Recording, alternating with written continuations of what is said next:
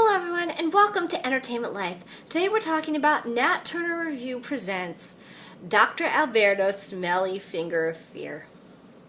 Now, despite the name, there was no Dr. Alberto, there were no smelly fingers, and it really wasn't that scary. In fact, it was a comedy show, an improv comedy show, done by the award-winning, I'd like to correct that, the internationally award-winning group, the Nat Turner Revue. Now, what's great about this show is they really make you feel like part of a family. You know, they really try to include the audience in everything that they do as much as they possibly can, so there isn't that barrier of, I'm a performer, and you're an audience member, and you can't pass that line. No, there's not that line. Because in improv, you really can't have that line. You know, you need to get suggestions from the audience, or else nothing's going to happen. Now, everything about the show is great, so I'm going to highlight some things. A lot of things, actually. There are a couple of things that didn't stick out as much to me, but I'm going to highlight, like, the best things that they did. I did this thing. It was a talk show, and they got the topic of a water shortage in the U.S. But as it was going on, it became a conspiracy involving the Smurfs in preparation for an alien invasion. I thought that was kind of funny that it got to like that weird, odd place of, oh my god. And the fact they had a conspiracy guy, like you knew it was coming, but you didn't realize it was going to come that way. And then him and the host started getting into a thing. She was wearing a blue shirt, and she accused him of just being against the Smurfs. And then he accused her of being pro-Smurfs because she wore blue. And you know, it got into that thing. Another thing that happened in that particular thing that they did was that there was a girl who was dying of thirst, and she literally dropped dead at the end of that segment. It was like, what? It was a lot of fun. I mean, you kind of knew it was going to happen, but it happened anyway, and you know, that's the fun of this. Like, it's very unpredictable. You don't know what people are going to do. And, yeah, you think that somebody might attempt that, but, you know, that's not what they do. That's not what you'd really expect. Alright, so then they did this commercial. They actually did two commercials, but only one of them really popped out in my mind. And the person who made it popped out was the person who initiated it. She was this girl named Catherine, and she started a lap dance out of nowhere. There was like this strip club. There were no chairs. And her performing partner, who was also a kind of big girl, entered, and she started doing like sexy booty moves in her face. I'm like, wow, that's different. Like a lap dance without chairs. Yeah, that's not really a lap dance anymore. That's like a face dance.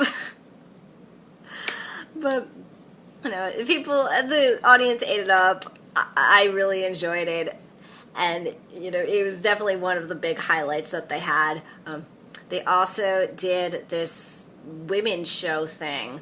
It was kind of like The View. This women's show got kind of weird because it started out being about, you know, men clipping their toenails and how their toenails smell and kind of smell up the whole city, and that's why the city smells, and that was funny. And then it started getting into, like, how men's toenails rip women apart and scratch them so they look like they've been in gang fights. And then suddenly it got into, like, that weird porn place. Because one of the characters who was a guest on the show was a porn director, so he kept plugging his own movies. And then making jokes about how, you know, women are just, you know, there for sexual purposes. I'm like, what just happened here? It was funny, it was interesting, but it really didn't make a lot of sense.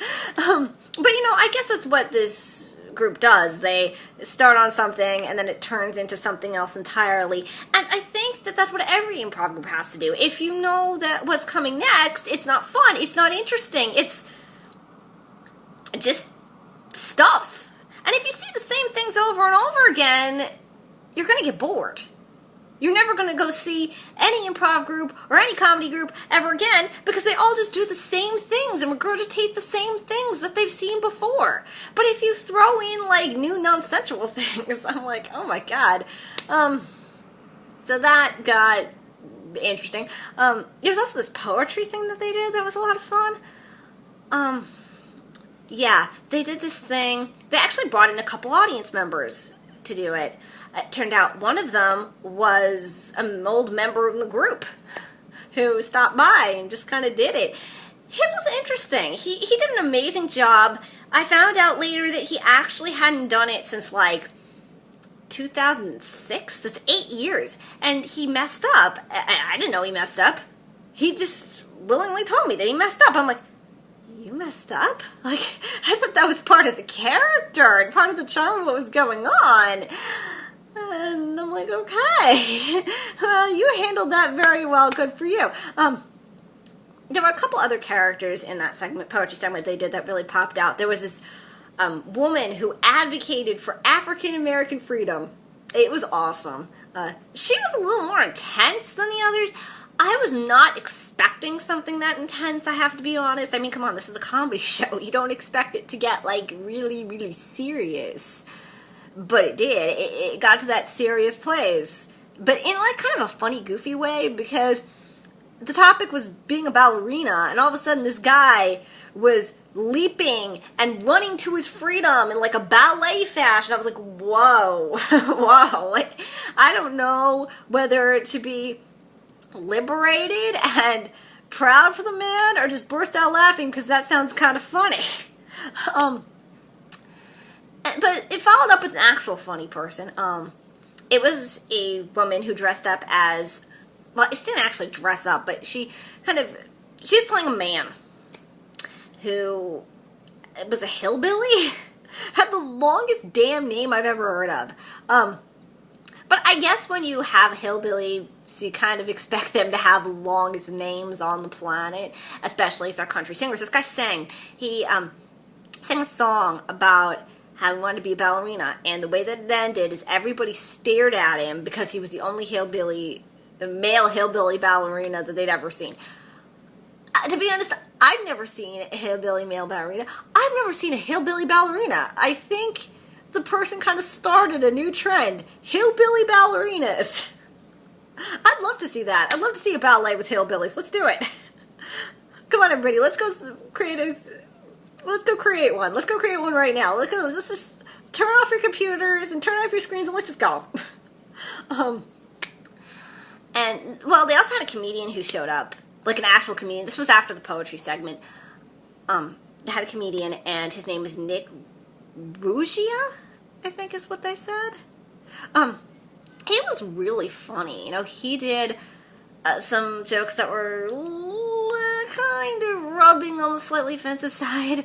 And he did one about mental illnesses, and he told a story about overdosing on some mental medication. Oops. But the funny part of the story was that he took a test, and he doesn't remember taking it because he blacked out for 3 days, and came back and got the grade on the test, and you'd think, oh my god, this grade's going to be horrible. No. He got 127%. That is better than 100%. I've never gotten 127% on anything.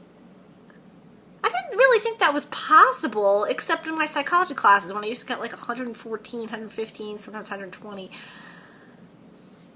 Because, you know, I rocked psychology. I'm sorry, I just did. But this guy didn't rock statistics. And it was suddenly, he was on drugs and he was a genius. Apparently, if you overdose on drugs, you become a genius. He made this joke about, like, how many drugs do I have to take to get a job on Wall Street? I'm like, yeah. That's what I'd like to know. But while he was doing his thing, like, I was flooding tears laughing. This man was hysterical. I hope that if I see the show again, he comes back. And, because I'd love to see him do, like, his thing more. Other things that really popped out in the show, they did this, like, revival religious testimonial thing.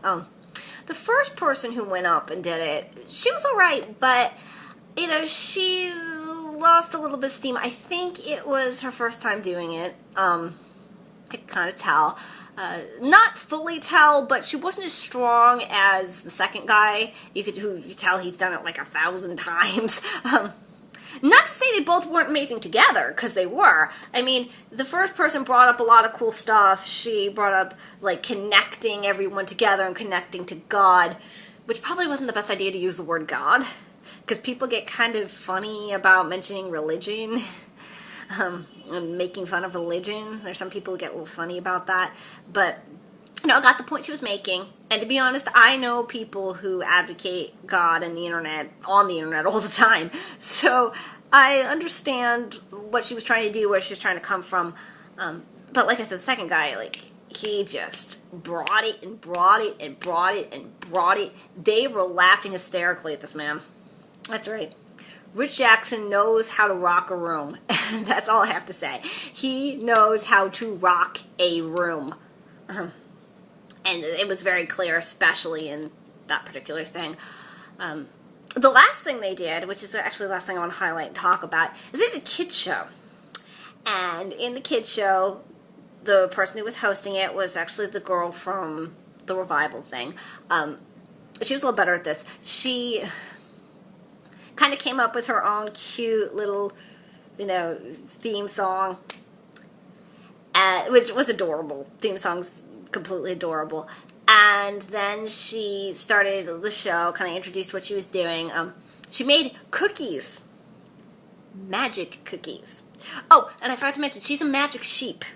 There was no explanation for that, but that's okay, because spoof on 50 shows, and sometimes in these 50 shows, they didn't really explain certain things, like, okay, why did Mr. Rogers live next to some type of fairy tale land? Like, don't really understand. We don't really get that explained to. And there was something in the 50s called Pixie Ann. She flew around the woods and looked like Peter Pan. Like, there was no explanation for that. So there really didn't need to be an explanation for why there was a magical sheep in a meadow, because she called the show The Mystical Meadow. And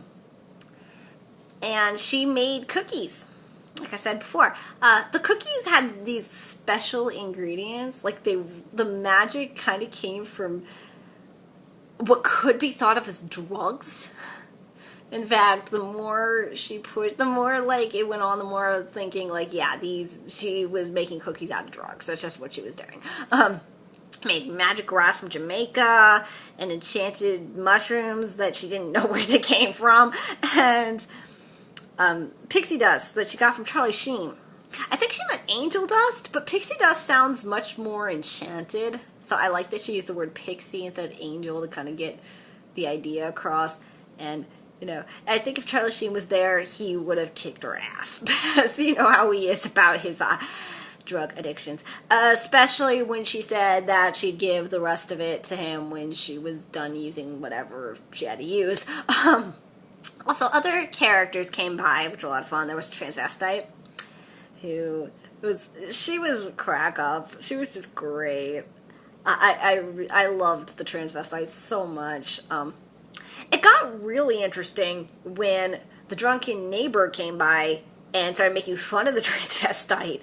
And then the sheep had to kind of stand up her and be like, "What, are you kidding me?" And they got into this huge kind of conflict that made the transvestite leave and kind of pissed off the sheep. And she was like, "Why are you even here?" And it turned out that the drunken neighbor is actually the drunken forest ranger. Oops. And they got into a confrontation that got so intense that the sheep just ended the show. Because it was like, it almost seemed like they were kind of running out of things to discuss and talk about. But, like I said, overall, it was an amazingly funny show. I hear the Nat Turner Revue is actually doing some more in the future, and I highly recommend that everybody come to them. In fact, I think there's one this coming Saturday, June 28th, at 7:30 p.m. at Shetler Studios. That's at 244 West 54th Street in Manhattan. It's between Broadway and 8th Avenue, so those who live in New York City and live in Manhattan, I suggest you come because it's going to be just as fun. I mean, it's an improv show, so they'll probably do slightly different things, but it's still the same group. It's still the same bunch of people. They'll still make you feel like part of it.